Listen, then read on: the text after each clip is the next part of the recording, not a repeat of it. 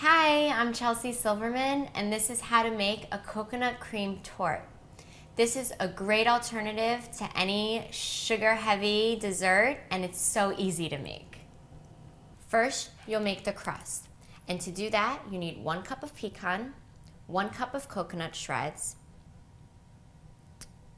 a 1/4 cup of raw honey, a 1/2 teaspoon of ground cinnamon, and about 4 tablespoons of filtered water.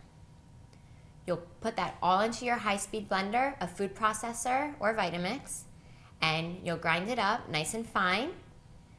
Once you do that, you'll place the bottom into your serving dish and pat it out nice and thin. Get the walls, and then you'll put it into the refrigerator or the freezer for about 5 to 10 minutes. Next, while it's in the freezer, you'll work on your filling, the coconut vanilla filling.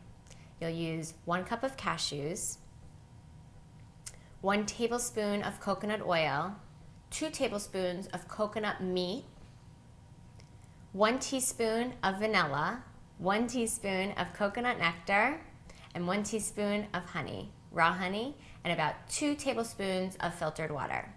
You'll blend that up in your Vitamix or a high-speed blender. Once you have a nice thick consistency and everything's ground up, you'll put it on top of your crust and you're ready to serve and eat.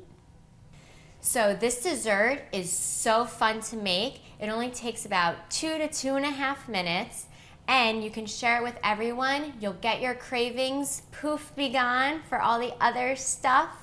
And you can have it for at least up to a week in your refrigerator. Always have a go-to.